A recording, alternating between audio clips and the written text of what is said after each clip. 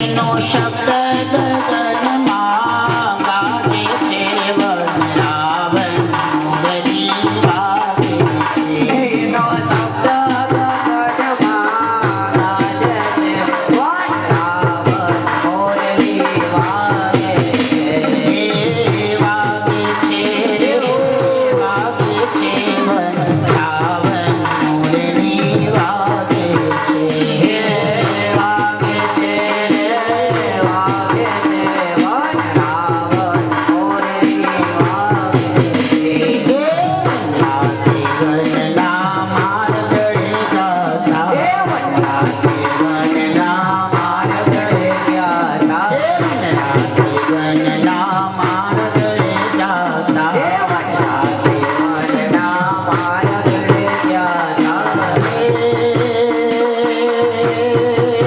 હે વાલો આવાલો દાન દધીનું વાલો દાન દધીના માગે છે વનરાવન મુરલી વાગે છે.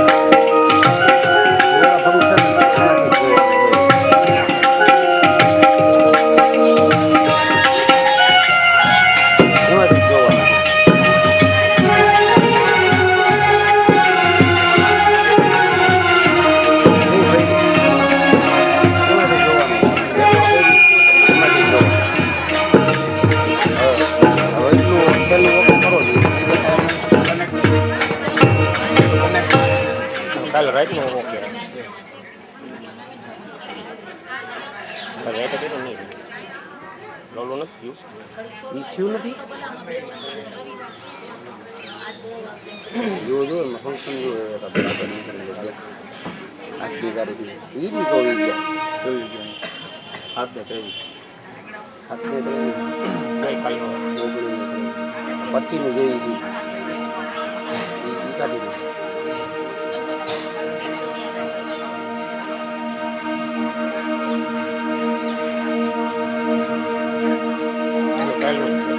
કાઢીને કોઈ ફંક્શન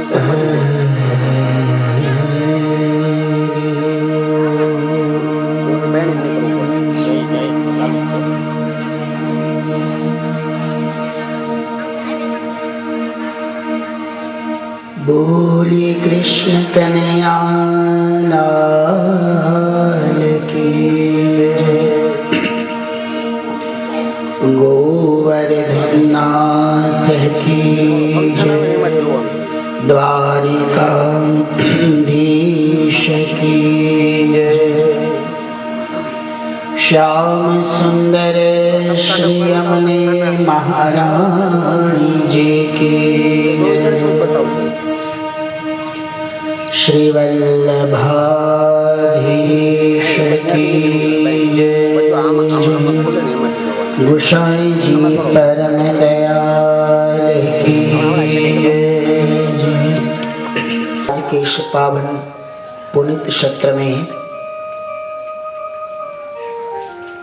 भागवत जी के श्री चरणों में वंदना करते हुए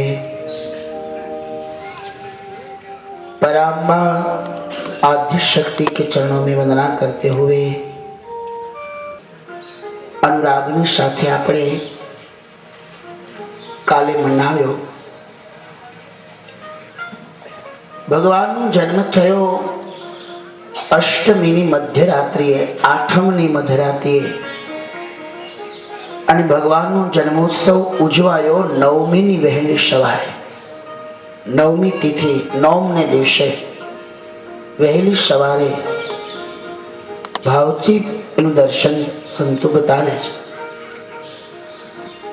ભગવાન કેવું દયાળુ છે મેરી ભાઈ બહેન કેવી કૃપા જીવ ઉપર કરે છે પોતાના ભક્તોને ભગવાન કેટલી મોટાઈ આપે છે એનું દર્શન વિદ્વાન જનો કરાવે છે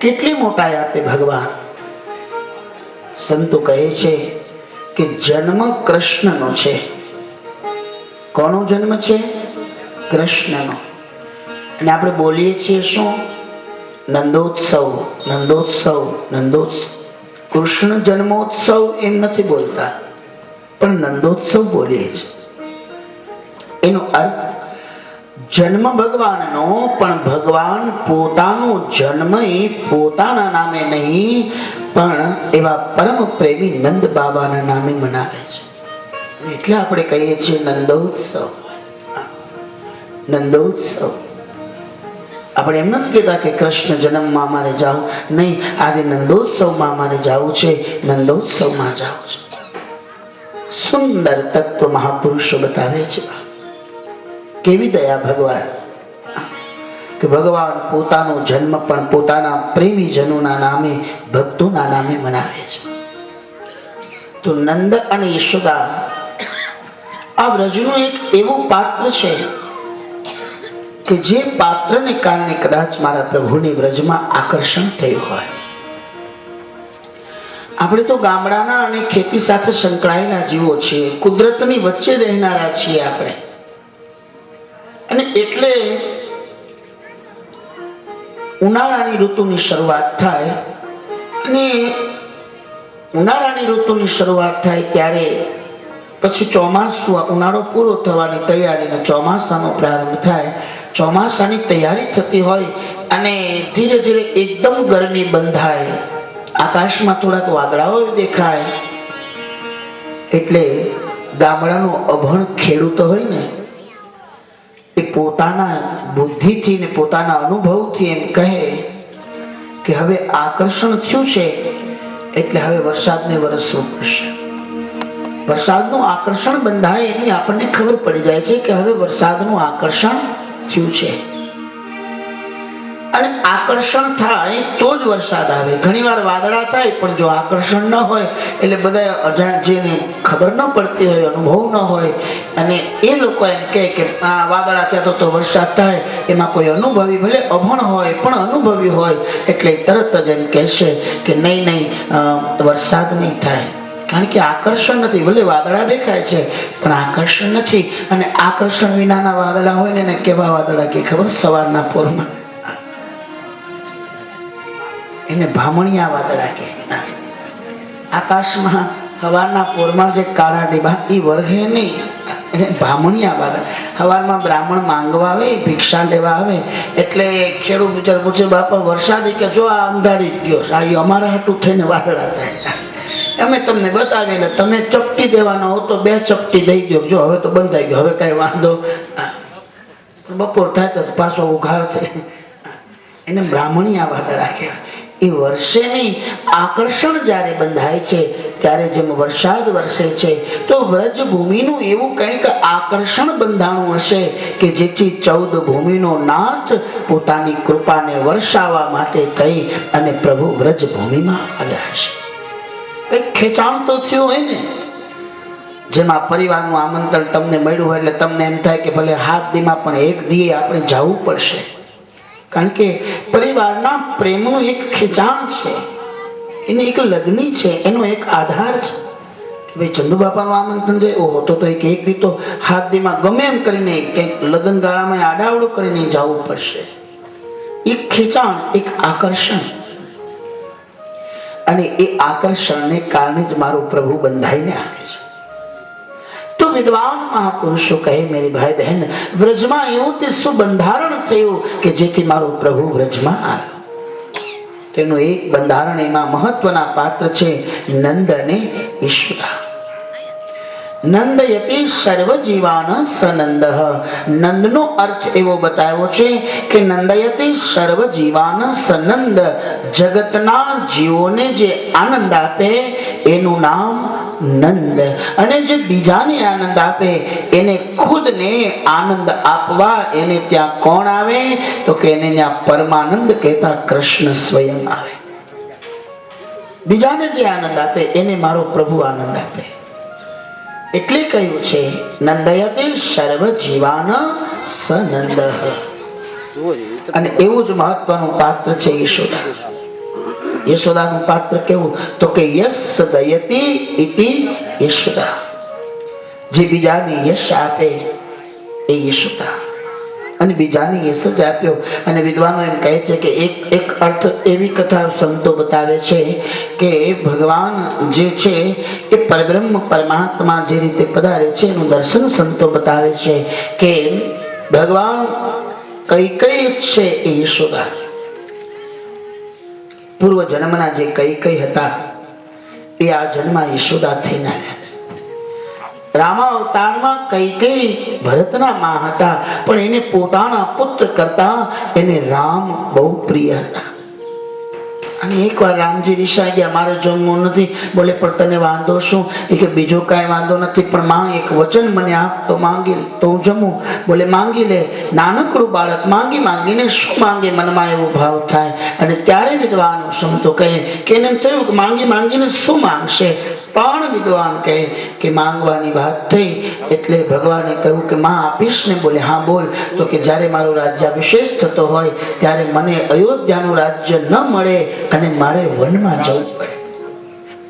તો કઈ કઈ મૂર્છિત થવા લાગ્યા. કઈ કઈ કહે કે આવું કોણે કહ્યું? બેટા વચન મારાથી માંગી ન શકાય. જગત આખી મને ગાળો દેશે, મારા નામ ઉપર થૂકશે, મારો તિરસ્કાર કરશે, મારાથી આ સહન નહીં થઈ શકે. બોલે તો મારાથી આ સહન નહીં થાય. અને સાંભળો હે પ્રભુ રામ, તમે જાણો છો કે મહારાજા દશરથને તમારા ઉપર કેટલો અનુરાગ છે. તમારો વિયોગ એનાથી સહન નહીં થઈ શકે અને તમારો વિયોગ સહન નહીં થતા એ કદાચ તમારા વિયોગમાં પ્રાણ છોડી દે અને જગતમાં મારે હાથે કરીને મારો ચૂડલો નંદવવા હું તૈયાર નથી. પણ ભગવાન રામ કહે માં પહેલા વચન આપે છે ને પછી ફરી જાય છે. માં તને દશરથની તો તું વાતો કરે છે, પણ મૂળ તો જગત તને ગાળો દેશે ને તારા ઉપર કલંક લગાવશે ને એનો તને ભય છે. એટલે કઈ કઈ કહે કે ના મને એનો ભય નથી.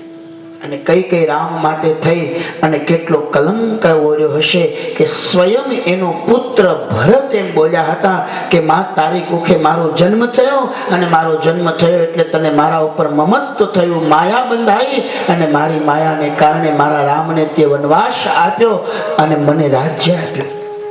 પણ સાંભળ, મારે એનો હેતુનું દર્શન કરાવે. સાંભળો, સુંદર તત્વ દર્શન સંતોએ પ્રગટાવ્યું છે. અદ્ભુત જ્ઞાન અને એનો મહિમા સંતો બતાવે છે ને. ભગવાન કહે છે અને એ સમયે કઈ કઈને સ્વયં ભરત એમ બોલ્યા હતા માં તારી કુખેથી પથરાઓ પડ્યા હોત તો સારું. પોતાનો દીકરો જ્યારે આવું માને બોલે તો કઈ હદ થશે. એટલે વિદ્વાન સંતોએ એનું પ્રમાણ બતાવ્યું છે. કેટલું કલંક રામા અવતારમાં કઈ કઈ રામ માટે થઈને ઓર્યું હતું. અને તે દિવસ મારા રામે એક ચોપડો પ્રભુ રાખે છે હિસાબ કિતાબનો, હો બધાના નામેમાં છે. હમણાં અમે જોઈ આવ્યા હતા, છે આપણા બધાના નામ હિસાબ પાકનો ચોપડો પ્રભુ રાખે છે. અને એવો શેઠ છે મેરે ભાઈ બહેન, એના હિસાબમાં કોઈ ભૂલ ના. એટલે આપણા સાહિત્યકારોએ સંતવાણીમાં કીધું છે કે રામજી શેઠ સદર છે રે પોતાના ચોપડા ચોખા, ચોપડા ચોખા રાખેવાનો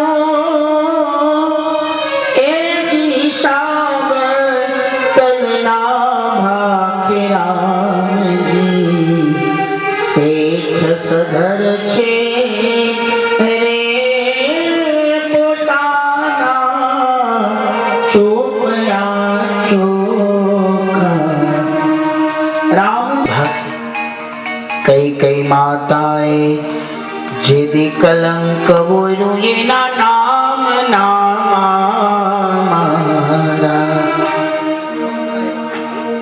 અને દેવકીજી ના વાલો દૂધ તજીને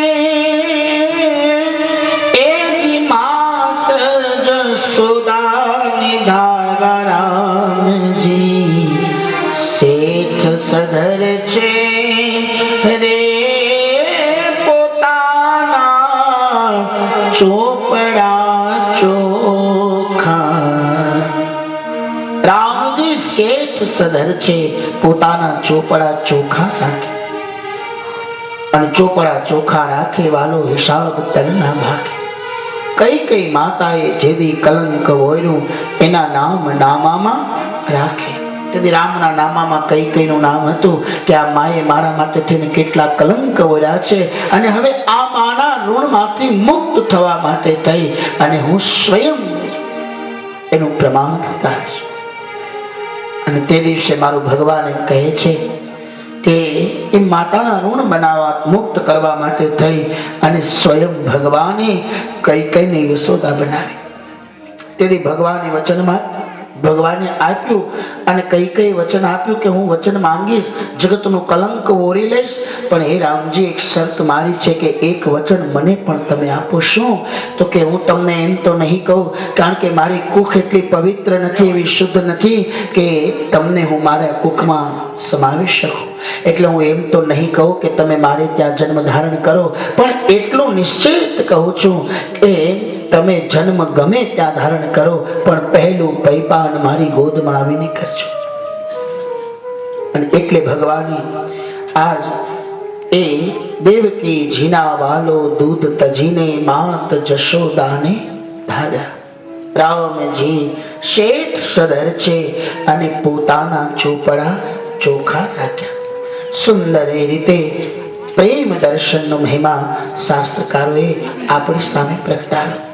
કઈ કઈ માતાને યશોદા બનાવી અને ભગવાને એના કલંકને ધોયું છે અને નામ જ આપી દીધું યશોદા. ભગવાને એને યશ આપ્યો છે. કઈ કઈ તરીકે પ્રભુમાંથી થઈને જેટલું કલંક વર્યું હતું એટલું યશોદા બનાવી અને ભગવાને એને યશ આપ્યો છે. ભગવાન કહે કે હું મારી માના ઋણમાંથી મુક્ત થઈ ગયો. તો મહત્વનું પાત્ર છે નંદ અને યશોદા. આ બે ગુણો ભગવાનના લીલાઓમાં આપણને દેખાય છે. ભગવાને બધાને યશ આપ્યો છે અને ભગતના જીવોને ભગવાને આનંદ આપ્યો છે. કેવો યશ આપ્યો? તો કે 7 દિવસ સુધી ભગવાને 7 વર્ષનું આયુષ્ય અને ગિરિવર ગોવર્ધનને ધારણ કરીને રાખ્યો. ગોવાળિયાઓને કહ્યું હતું એકલાનું કામ નથી, તમે બધા ટેકા દેશો. લાકડીના ટેકા હાથથી સુધી ગોવાળિયાએ દીધા. સાવર્તક નામનો મેઘ થાક્યો, ઇન્દ્ર હાર્યો અને પરાજિત થયેલો ઇન્દ્રએ પ્રભુની પ્રાર્થના કરી. ભગવાને ગોવર્ધનને પાછા મૂક્યા. એટલે ગોવાળિયાએ ભગવાનને કીધું હતું કે પ્રભુ, હાથ દીચામાં આમ ટેકા રાખ્યા હતા પણ અમને ભાર નથી લાગ્યો. એનો મતલબ ગોવર્ધન અમને તો ખાલી ટેકા દીધા એટલું, બાકી ખરા અર્થમાં ઉપાડ્યો તો તે જ. પણ આ તો તારા આશ્રય રહેલા આ ગોપ બાળકોને યશ આપવા માટે થઈને તે અમને કીધું તમે ટેકા ભરાવો છો. ભગવાને ટેકા ભરાવીને કીધું જો મારા એકલાનું કામ નથી, તમે બધા હો તો થાય. યશ બધાને આપે છે અને આપણું આનાથી ઉલટું છે. અને એટલે ભગવાન આપણે અહીંયા આનંદ આપવા આવતા નથી અને યશ આપવા આવતા. આપણો સ્વભાવ આનાથી એ તો નંદ યતિ સર્વ જીવાન સનંદ. જગતના જીવોને જે આનંદ આપે નંદ, બીજાને યશ આપે યશોદા. એને આનંદ અને એને યશ આપવા સ્વયં ભગવાન એને ત્યાં આવે. આપણે તો આનંદ એકલા એકલા કરી લઈએ છીએ, બીજાને આનંદ આપતા નથી. બીજાને હંમેશા દુઃખ આપીએ છીએ. બીજાને દુઃખ આપે, આપણે બીજાને આનંદ આપતા નથી ને બીજાને યશ તો બિલકુલ આપતા નથી. કામ સુધરે અને કામ સુધરે એટલે તરત જ આપણે એમ કહીએ કે આ કામ તો મેં કર્યું. અમે તો કહીએ કે અમે આમ કરી નાખો એટલે થઈ જાય. ઘણા લોકો સલાહ દેતા હોય એ કે સપ્તાહ ન કરાય, કોઈ કે સપ્તાહ કરવી, એ કે ન કરાય. 7 દીનું છે, આ 1 દીનું છે. અને એ કે એમાં ભામણ હાચવાય એટલે હાથી બાંધવા. એટલે હવે આ કોણ હવે છાપ અમારી ક્યાંથી પડે? એ કે એમાં ગોરા ગોર હાચવેલા હાથી બાંધ, આ ક્યાંથી કોટાને છાપ આવી સમાજમાં કશી જ ખબર નથી આવી છે. તો વિદ્વાન સંતો દર્શન કરાવે મેરી ભાઈ બહેન કે કામ જો સુધરે તો આપણે તરત બોલીએ છીએ કે મેં કર્યું, મેં કર્યું, મેં કર્યું. અને જો કામ બગડે તો તરત જ આપણે કહીએ છીએ અમે કહેતા હતા ન કરાય, પણ જો માયના સુધરે તો એમ કહે. ઘણા લોકો આવો સ્વભાવ હોય. વિદ્વાનો દર્શન કરાવે, જે બીજાને યશ આપે, બીજાને આનંદ આપે, સોહે યશોદા અને નંદ. એને આનંદ આપવા અને એને યશ આપવા સ્વયં ભગવાન એને ત્યાં પધારે છે અને સુંદર લીલા મારો પ્રભુ કરે છે. આગળનો ભાવ બતાવતા કહે વ્રજનું એવું જ આકર્ષણ છે, વ્રજની ગોપીઓ, જેથી પ્રભુ વ્રજમાં આવ્યા. ગોપીઓ એટલે કેવું પાત્ર કોઈ સ્ત્રી જ ગોપી હોઈ શકે એવું નથી, પણ ગોપીનો અર્થ શાસ્ત્રકારો એવો બતાવ્યો છે, ગોભી પીબતી ભક્તિ રસઃ ઇતિ ગોપી. જે પોતાની બધી જ ઇન્દ્રિયોથી હરિરસનું પાન કરે એનું નામ છે ગોપી. ગોભી પીબતી ભક્તિ રસઃ ઇતિ ગોપી. તો એનું દર્શન કરાવે અને એ તત્વનું જ્ઞાન શાસ્ત્રકારોએ બતાવ્યું. હાથથી હરિસેવા, મુખથી સ્મરણ, આંખથી દર્શન અને કાનથી કથા શ્રવણ, હાથથી સેવા અને પગથી તીર્થ. આ બાહિર ઇન્દ્રિયો અને મન, બુદ્ધિ અને ચિત્ત દ્વારા આ અષ્ટધા ભાવથી જે ભગવાનને ભજે એનું નામ ગોપી. ગોપી એટલે કોઈ સ્ત્રી જ હોય એવું નથી, પણ 5 કર્મેન્દ્રિયો અને જ્ઞાનેન્દ્રિયો દ્વારા જે ભગવાનના ચિંતનમાં રત રહે એનું નામ છે ગોપી. ગોભી પીબતી ભક્તિ રસઃ ઇતિ ગોપી. અને જે ભગવાનના ચરણોમાં જેનું સંપૂર્ણ સમર્પણ છે એવી ગોપી. અને જેના આધારે મારા વિદ્વાન સંતો કહે મેરી ભાઈ બહેન એટલે ભગવાન બ્રજમાં આવ્યા છે. પણ આપણે આ ઇન્દ્રિયો છે ને એનો દુરુપયોગ કરી નાખ્યો. એટલે મારા સંતો ભજન બોલે છે મેરે ભાઈ બહેન કે વાતો વાતોમાં બધું ખોયું આ મોંઘું જીવન વાતોમાં ખોયું વાતો વાતોમાં બધું ખોયું આ મોંઘું જીવન વાતોમાં ખોયું હે વાતો વાતોમાં બધું ખોયું આ મોંઘું જીવન વાતોમાં ખોયું વાતો વાતોમાં બધું ખોયું આ મોંઘું જીવન વાતોમાં ખોયું આ મોંઘું જીવન વાતોમાં ખોયું આ મોંઘું જીવન વાતોમાં ખોયું આંખ આપી છે તને હરીની રખવા આંખ આપી છે તને હરીની રખવા આંખ આપી છે તને હરીની રખવા આંખ આપી છે તને હરીની રખવા સિરિયલ જોવામાં બધું ખોયું આ મોંઘું જીવન વાતોમાં સિરિયલ જોવામાં બધું ખોયું આ મોંઘું જીવન વાતોમાં ખોયું મેચ જોવામાં બધું ખોયું આ મોંઘું જીવન વાતોમાં ખોયું મેચ જોવામાં બધું ખોયું આ મોંઘું જીવન વાતોમાં ખોયું વાતો વાતોમાં બધું ખોયું આ મોંઘું જીવન વાતોમાં ખોયું વાતો વાતોમાં બધું ખોયું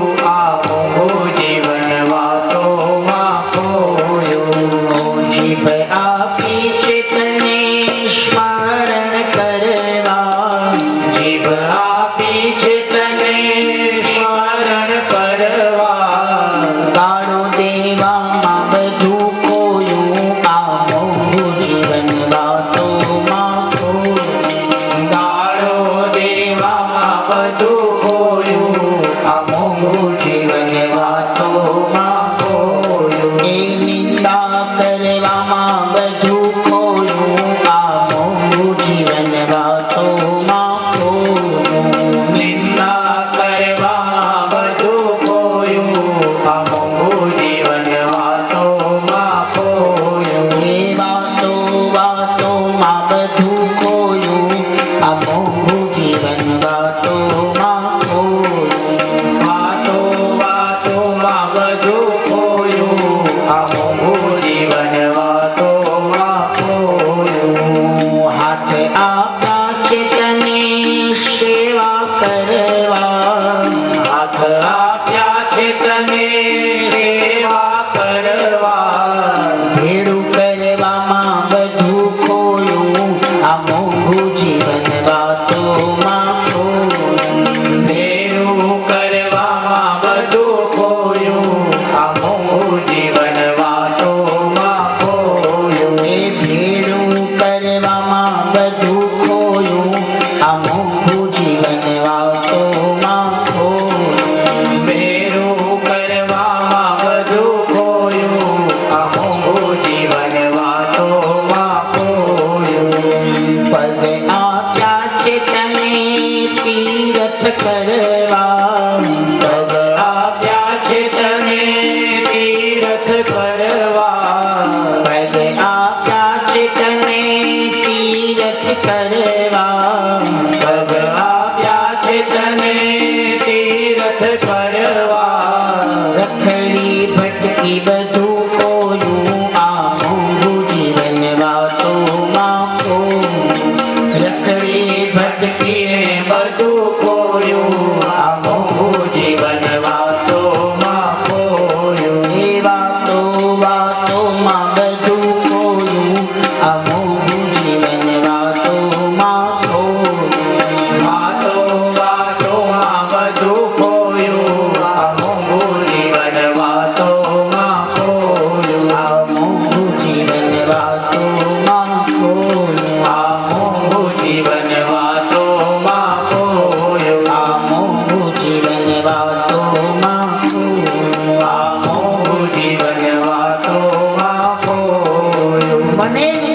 ભગવાને જે બહિર ઇન્દ્રિયો આપી છે, જેને આપણે કર્મેન્દ્રિયો કહીએ છીએ, અને આંતરિકમાં મન, બુદ્ધિ અને ચિત્ત દ્વારા જેનું આપણે ચિંતન કરવું જોઈએ એનો આપણે દુરુપયોગ કરીએ છીએ. આંખથી હરિદર્શન, જીભથી એનું સ્મરણ, કાનથી ભગવાનની દિવ્ય લીલારસનું શ્રવણ કરવું, અને હાથથી સેવા અને પગથી તીર્થ કરવા, અને મન, બુદ્ધિ અને ચિત્ત દ્વારા પ્રભુનું ચિંતન કરવું, એનું નામ ગોપી. અને એ ગોપીઓના પ્રેમને આધીન થઈ અને ભગવાન